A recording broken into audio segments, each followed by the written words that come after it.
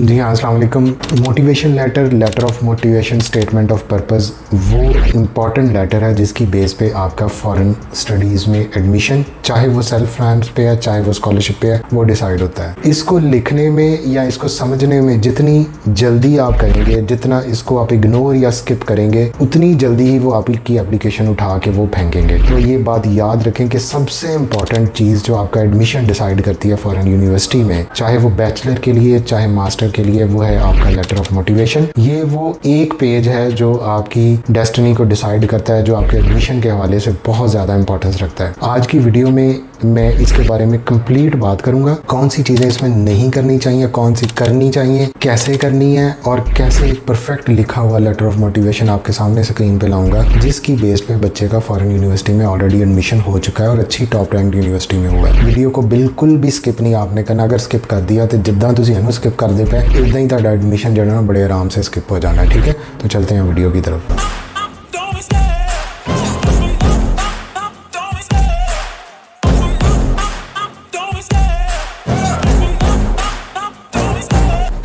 सबसे पहले वीडियो को शुरू करने से पहले लेटर ऑफ मोटिवेशन के बारे में समझने से पहले, जिसको स्टेटमेंट ऑफ पर्पस भी बोलते हैं, कवर लेटर भी बोलते हैं, जो कुछ भी आप इसका नाम ले लें, कान इधर से पकड़ लें या उधर से, मकसद एक ही है कि ये आपको रिप्रेजेंट कर रहा है यूनिवर्सिटी में। जो चीज़ें आपने नहीं करनी वो सबसे पहले उनको सोच लें, उनके बारे में ये गौर से सुन लें। सबसे पहले चीज़ ये स्क्रीन पे आ रही है, नो कॉपी पेस्ट और AI generated motivational letter. Copy paste से मतलब ये है कि एक क्लास में एक बंदे ने, एक स्टूडेंट ने, आपके फेलो ने लिखा, उससे पकड़ा उसका लेटर ऑफ मोटिवेशन और उसमें अपनी थोड़ी सी चेंजेस करके वो कर दिया। इंटरनेट से उठाया, उसको कॉपी पेस्ट कर दिया। चैट GPT पे गए, उसको कहा कि मुझे सब्जेक्ट का लेटर ऑफ मोटिवेशन लिखा, उसको कॉपी पेस्ट वहाँ से करके फेंक दिया। तो ये चीज़ अपने दिमाग से सबसे पहले निकाल दें अगर आप अपना यूनिवर्सिटी में एडमिशन चाह रहे हैं फॉरेन यूनिवर्सिटी में। और लेटर ऑफ मोटिवेशन की बेस पे अगर आपकी CGPA कम है, आपकी CV इतनी स्ट्रॉन्ग नहीं है, आपके ग्रेड्स कम है, फिर भी आप एडमिशन चाह रहे हैं, तो लेटर ऑफ मोटिवेशन को थोड़ा सा टाइम दे दें, थोड़ी सी इसको अहमियत दे दें,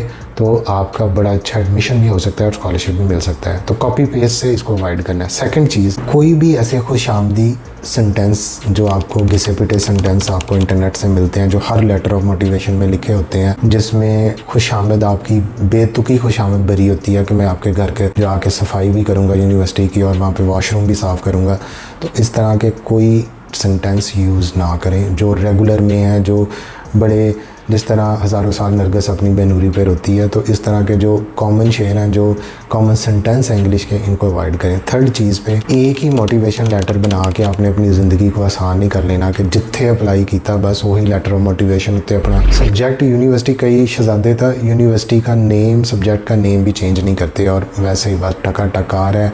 जिन्नी तेज़ी ना तुहाडी उधर एप्लीकेशन जा रही है, उस तो ज़्यादा 2x दे नाल तुहाडी रिजेक्ट हो रही है। ठीक है, ये चीज़ भी अपने माइंड से निकाल दें। चौथी चीज़ कि आपको कोई हार्ड इंग्लिश करने की ज़रूरत नहीं है। कोई न्यूज़पेपर की, कोई डॉन न्यूज़पेपर नहीं आपने लिखना, कोई टाइम्स न्यूज़पेपर नहीं आपने लिखना। ईज़ी इंग्लिश, ईज़ी वे में जो आपको रिप्रेजेंट करे प्रिसाइजली, उसमें कोई मुश्किल वोकैबुलरी ना हो तो उसको अवॉइड करें और सिंपल वे में, कन्विंसिंग वे में अपना जो है वो लेटर ऑफ मोटिवेशन लिख लें। ये चीज़ें चार जो आपको बता दी हैं, इसको सबसे पहले आपने अवॉइड करना है। ठीक है, अब नेक्स्ट आते हैं कि लेटर ऑफ मोटिवेशन होना कैसे चाहिए। ये वीडियो का मोस्ट इम्पॉर्टेंट पार्ट, जिसके लिए आप ये वीडियो देख रहे हैं, और इसको देखने के बाद हर बच्चा अपना एक लेटर ऑफ मोटिवेशन खुद लिख सकता है, वो जितना भी नालायक बच्चा है। तो सब लेटर ऑफ मोटिवेशन का मकसद ये है कि why you are a suitable candidate for this study program, for this study position, for this scholarship, whatever you are applying for. ये उसका मेन थीम है जिसके इर्द गिर्द आपकी सारी स्टोरी जो है वो चलनी है। तो सबसे पहले अगर हम इसका एक स्ट्रक्चर देखें, इसका right A clear and logical manner, अगर हम इस पूरे को समराइज़ करें कि कैसे ये शुरू करना है ये आपके माइंड में, तो एक पेज ले लें। सबसे पहले वर्ड की पेज कोशिश करें कंप्यूटर पे टाइप करें, ना कि तुसी कापी पेंसिल लैके उते कच्ची पेंसिल में लिखना शुरू कर दो।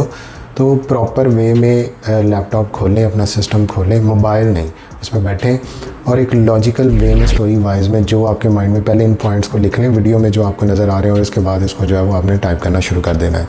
ठीक है, और ये एक ऐसा लेटर है जो आपको टोटली रिप्रेजेंट कर रहा है। ठीक है, आपकी CV के साथ सम पॉइंट्स, कुछ ऐसे पॉइंट्स जो आपने इस वीडियो में देख रहे हैं इनको आप नोट डाउन कर लें और उनका आंसर करने की कोशिश करें। सबसे पहले इसका स्ट्रक्चर, मोटिवेशनल लेटर का कोई फिक्स स्ट्रक्चर नहीं होता। हर यूनिवर्सिटी के अकॉर्डिंगली उसकी अपनी रिक्वायरमेंट होती है। कुछ यूनिवर्सिटीज़ हैं जो इसके बारे में गाइड नहीं करती, नहीं तो मोस्टली यूनिवर्सिटी स्ट्रक्चर में क्या है कि किस फॉर्म में होना चाहिए, कौन सी चीज़ें वो जो है वो आप कवर करना चाहिए आपका जो मोटिवेशन लेटर है या स्टेटमेंट ऑफ पर्पज़ है, और क्या उसकी वर्ड लिमिट कितनी होनी चाहिए, क्या वो 1000 वर्ड्स का हो, क्या वो 4000 वर्ड्स का हो। नॉर्मली जो मोटिवेशन लेटर है 1500 से 1000 वर्ड्स इनफ होते हैं। कुछ यूनिवर्सिटीज़ की रिक्वायरमेंट होती है कि कम से कम मैक्सिमम 4000 वर्ड्स और मिनिमम जो है वो 1000 वर्ड्स हो। तो ताड़ी मेहरबानी तुसी कभी मिनिमम वाल ना जाओ, जो मैक्सिमम उसने बताया उससे थोड़ा सा जो है वो नीचे रखें ताकि आपको एक प्रॉपर वे में आप अपने आप को रिप्रेजेंट कर सकें। ठीक है, तो सबसे पहला पार्ट के आपने यूनिवर्सिटी जिसके लिए आप लिख रहे हैं पहले उसकी जाके यूनिवर्सिटी की रिक्वायरमेंट देखें कि कैसा वो मोटिवेशन लेटर डिमांड कर रही है, कितने वर्ड्स का वो डिमांड कर रही है और कैसा स्ट्रक्चर होना चाहिए। बाकी आगे जो उसका ब्रेक डाउन है वो मैं आपको बता देता हूँ। और मोस्टली जो है मोटिवेशन लेटर ये 1 पेज या 1.5 से ज़्यादा नहीं होना चाहिए, क्योंकि जितना लंबा आप मोटिवेशन लेटर लिखेंगे उतना जो पढ़ने वाला है उसके पास भी इतना टाइम नहीं है कि एक स्टूडेंट पे आपको इतना ज़्यादा टाइम दे सके। तो उसको कैची सा, प्रिसाइज सा और एक ऐसा कि जो वो पढ़ने लगे तो वो इंटरेस्ट ना उसका लूज़ हो। तो इस हवाले से मोस्टली 1 पेज या 1.5 पेज का आपका मोटिवेशनल लेटर होना चाहिए। जहाँ पे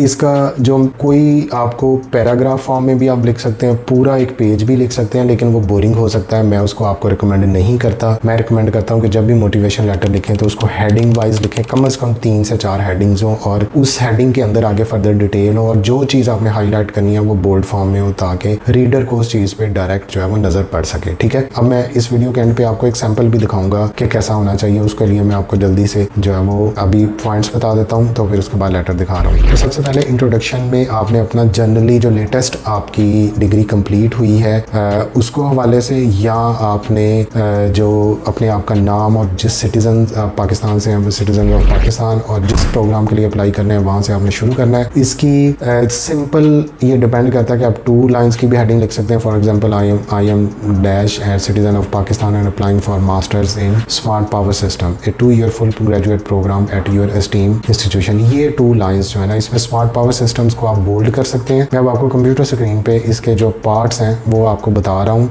ये सिर्फ आपकी रहनुमाई के लिए कि किस तरह का आपका जो है वो लेटर होना चाहिए। अगर आप इसको कहते हैं कि इसको आपने कॉपी पेस्ट कर लिया तो समझ लो तुझे ऑलरेडी नाकाम हो चुके हैं। ठीक है, अच्छा, तो सबसे पहले तो ये जो फॉर्मेट है अगर आपके सामने ये स्क्रीन पे आ रहा है तो उसमें देखें कि आपने 2 करना है फैकल्टी, जिस फैकल्टी का वो प्रोग्राम है। फॉर एग्जांपल कंप्यूटर साइंस है, faculty of computer science and information technology जो यूनिवर्सिटी का नेम है, फिर आगे सिटी नेम और लेटरिया, और उसके बाद आप इसका subject, letter of motivation, statement of purpose कुछ भी कर सकते हैं। ये एक प्रॉपर वे है जो रिप्रेजेंट कर रहा है कि आपने इस यूनिवर्सिटी को टारगेट किया, उसके लिए आपने ये लिखा है। ये कोई जनरल मोटिवेशनल लेटर नहीं लग रहा। अगर हम बात करें तो सबसे पहले आप लिखेंगे कि for example I am Ali Haider, citizen of Pakistan and applying for master degree in smart power systems, a 2-year full time graduate program at your institutes. अब इसको आप जो है वो बोल्ड कर लें ताकि जो पढ़ने वाला है उसको फ़ौरन पता चल जाए कि इस प्रोग्राम के लिए ये बच्चा जो है वो लेटर ऑफ मोटिवेशन लिख रहा है। ठीक है, अब इसके बाद आपने अपना एजुकेशनल बैकग्राउंड और journey for this specific subject ये जो है वो आपने प्रेजेंट करना है, यूर इंटरेस्टेड सब्जेक्ट। ठीक है, मोटिवेशन फॉर दिस प्रोग्राम, इसमें आपके क्या आपका बैकग्राउंड है और वो कैसे आपका इस सब्जेक्ट में जो है वो इंटरेस्ट पैदा हुआ है, ये सबसे पहली चीज़। तो देखें अब इस बच्चे का अगर हम देखें, आई फैसिनेटेड इलेक्ट्रॉनिक्स, इसमें लिखा हुआ है कि मैं अर्ली स्कूल ईयर से इसकी तरफ मुझे रुझान था और फिर उसमें मुझे इलेक्ट्रिक टेक्नोलॉजी, मैंने 3 years का डिप्लोमा ऑफ एसोसिएट इंजीनियर किया जो इलेक्ट्रिकल टेक्नोलॉजी में था। उसमें मैंने A ग्रेड्स जो है वो उससे पास आउट किया, जो मेरा इंटरेस्ट शो कर रहा है कि मैं इसके लिए डेडिकेटेड था इसको समझने में। और फिर उसके बाद मैंने BS अपना जो है वो अंडर ग्रेड स्टडीज़ जो हैं वो भी इलेक्ट्रिकल इंजीनियरिंग को चूज़ किया और वहाँ पे मैंने 4-year BS ऑनर्स जो है वो प्रोग्राम कंप्लीट किया और मेरी 3.7/4 CGPA थी। And now I am determined to go for masters in same field. अगर हम ये देखें तो इसमें तकरीबन 4 से 5 लाइंस बनती हैं और ये आपने इस प्रॉपर वे में ही प्रेजेंट करना है, ठीक है। आप अपने आप को कि क्या आपने किया, इसमें आपको सीवी में देखें आपके स्कूल ईयर्स, आपकी डेट्स वगैरह मेंशन होती हैं, तो वो आपको यहाँ पे देने की ज़रूरत नहीं। इसको आपने बोरिंग नहीं करना है, ऐसा नहीं करना कि वो उनको क्या ज़रूरत कि आपके हाई स्कूल में यहाँ से पढ़ा था, स्कूल का नेम, फिर आपने एफएससी यहाँ से की, स्कूल का नेम, फिर जी फ़लाँ फ़लाँ, तो ये सारी चीज़ें जो हैं वो आपके मोटिवेशन लेटर को बोरिंग करती हैं, ठीक है। अब फिर इसके बाद जो नेक्स्ट पार्ट आता है कि इस प्रोग्राम के लिए क्या आपकी मोटिवेशन है, ठीक है। अब यहाँ पे आप जो है वो अपने थोड़ी सी रिसर्च करें उस प्रोग्राम के बारे में और प्रीवियस अपनी स्टडीज़ के साथ उसको कोरिलेट करें। रिसर्च कैसे होती है कि आप गूगल स्कॉलर पे या गूगल पे जाके उस सब्जेक्ट के बारे में लिखें, जो उसके यूनिवर्सिटी की वेबसाइट पे जाएं, उसको पूरा प्रॉपर पढ़ें कि क्या मॉड्यूल्स वो बता रहे हैं, कौन से इसमें कोर्स कंटेंट्स अवेलेबल हैं, कौन से इसमें टीचर्स अवेलेबल हैं, क्या इस यूनिवर्सिटी में ऑलरेडी कोई इसके हवाले से स्पेसिफिक पब्लिकेशन है, या इस तरह का काम जो है। ये रिसर्च से बच्चे भागते हैं। रिसर्च करने के लिए आपको थोड़ा सा टाइम कंज्यूम करना होगा, ठीक है। उस सब्जेक्ट के बारे में पढ़ें और फिर देखें कि आपने प्रीवियस अपने जो डिग्री है उसमें कौन से ऐसे सब्जेक्ट्स जो हैं वो पढ़े हुए हैं, ठीक है। तो उस हवाले से फिर आपने उसको कोरिलेट करना है कि why have I chosen to apply for this program. ये आपके माइंड में क्वेश्चन होना चाहिए, what do I expect to gain from this program. और इसमें ये करंट रिसर्च चल रही है, आपकी यूनिवर्सिटी में ये चीज़ हो रही है और मैंने पीछे ये पढ़ा है और इसको आगे मैं जो है यहाँ पे कोरिलेट कर रहा हूँ। तो आपके सामने स्क्रीन पे ये चीज़ें आ रही हैं। इसमें इस बच्चे ने लिखा हुआ कि मैंने इंटर्नशिप भी की हुई है, प्रैक्टिकल मेरा इस फील्ड में रेलेवेंट वर्क है, मैंने इलेक्ट्रिकल और इलेक्ट्रॉनिक्स से रिलेटेड जो है वो स्टडीज़ की हुई हैं मेरे कोर्स कंटेंट्स में, ठीक है। और यहाँ पे देखें, I am fortunate to several courses subjects to like power electronic system, for example control system, electromagnetic fields, electrical measurements, microprocessors and micro power systems। तो यहाँ पे आपने जो है जो कुछ आपने किया था और उसको आपने रिलेट करना है कि आगे इसमें क्या ज़रूरत है मुझे इस सब्जेक्ट की चूज़ करने की, और इसके ये सब्जेक्ट जो हैं वो मेरे फर्दर मेरा जो नॉलेज है उसको इंक्रीज़ करेंगे, ठीक है। फिर इसके बाद एक्सपेक्टेशंस फ्रॉम मास्टर डिग्री, ठीक है। अब ये एक अगला कि आपका क्या एक्सपेक्टेशन है कि यहाँ से हमारे पास यूनिवर्सिटी एक्सपेक्ट करती है कि जब आप ये डिग्री कर लेंगे तो आपका क्या है, उसका आपको क्या फ़ायदा होगा। Why you are a suitable candidate to be enrolled for this program, ठीक है। Why your background makes you a suitable candidate, ठीक है। अब यहाँ पे आपको जो है अपना डेडिकेशन शो करनी है कि अपना बताना है कि जब आप नॉलेज एक्सेल करते हैं किसी भी फील्ड में आगे फर्दर स्टडीज़ के लिए, तो उसको अल्टीमेटली आपको फ़ायदा होता है, आपका एक्सपीरियंस बढ़ता है, आपका एक्सपोजर बढ़ता है। तो जो आपके इंटरेस्ट हैं, तो ये जो लाइक बच्चा होता है, अगर वो एक स्टडी को स्पेसिफिकली चूज़ कर रहा है तो उसको पता होना चाहिए कि इसका फ्यूचर स्कोप क्या है। अगर मैंने डिग्री कर ली तो क्या मैं अपना बिज़नेस स्टार्ट कर सकूँगा, क्या मैं अपना जो है इस फील्ड में मेरी आगे जॉब्स होंगी, ये जो है इंडस्ट्री सेक्टर है जहाँ पे जाके मैं अपनी जॉब्स अप्लाई करूँगा, ठीक है।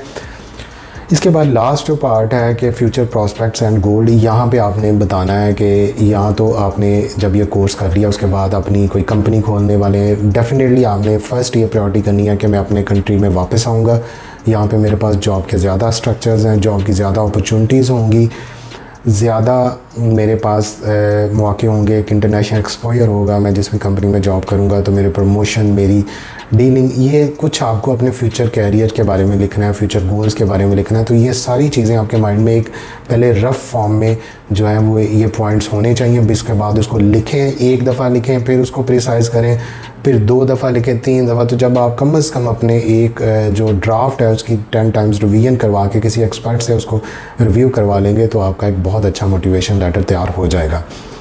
ये मोटिवेशन लेटर आप मुख्तलिफ यूनिवर्सिटीज़ के लिए थोड़ा बहुत अगर रेलिवेंट सब्जेक्ट्स हैं तो ट्वीक कर सकते हैं अपने सब्जेक्ट्स को अकॉर्डिंगली, लेकिन वो कहते हैं कि नकल के लिए भी अकल की ज़रूरत होती है। तो उसमें ये नहीं कि आप इलेक्ट्रिकल पावर सिस्टम का जो है वो मोटिवेशन लेटर आप इंटायरली बिजनेस स्टडीज़ के लिए चाहें, जो रेलिवेंट फील्ड है उसमें रेलिवेंट यूनिवर्सिटी या रेलिवेंट सब्जेक्ट्स के लिए आप इसको ट्वीक कर सकते हैं। तो आपके सामने ये पूरा मैंने मोटिवेशन लेटर आपके सामने आया है स्क्रीन पे, ठीक है। तो इसको आपने जो है वो यूज़ करना है और इसकी बेस्ड पे जो है वो आगे आपका एडमिशन जो है वो मैटर करता है इस चीज़ को लाजमी पढ़ें। ये मैंने आपके सामने जनरली एक बहुत जल्दी में एक मोटिवेशन लेटर जैसे स्टूडेंट का था वो मैंने दिखा दिया। इसको मज़ीद इम्प्रूव करने की हमेशा ज़रूरत होती है, इम्प्रूवमेंट इज़ ऑलवेज़ देयर, लेकिन इस पर टाइम इन्वेस्ट होता है। ये इतना इसको हल्का ना लें, अगर हल्का लेंगे तो तानू भी उन्होंने इस तो भी ज़्यादा हल्का लेना, ठीक है। जितना को बारिश हवा निकलती ताड़ी भी हवा इदा ही निकल जानी। तो इसलिए इस चीज़ को समझें और अपना एफर्ट करते रहें। Thank you so much.